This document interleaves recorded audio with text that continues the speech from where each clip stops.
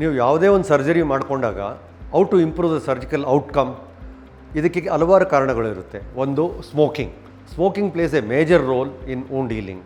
Smoke ಮಾಡಿದವರಲ್ಲಿ ನಾವು ಅತಿ ಹೆಚ್ಚು ಸ್ಟಡೀಸ್ ನೋಡಿದ್ದೇವೆ. Surgical outcome is not good, infection rates are more, recovery time is delayed. ಅದೇ ಥರ ಸ್ಮೋಕಿಂಗ್ ನಂತರ commonest problem is alcohol intake. ಅದರಲ್ಲೂ ಆಲ್ಕೋಹಾಲ್ ಇಂಟೇಕ್ ತೊಗೊಂಡಾಗ್ಲೂ ವುಂಡ್ ಇನ್ಫೆಕ್ಷನ್ ಇವೆಲ್ಲ ಆಗೋ ಸಾಧ್ಯತೆ ಜಾಸ್ತಿ ಇರುತ್ತೆ. ಅದೇ ಥರ ಊಟ ಅಥವಾ food plays an important role.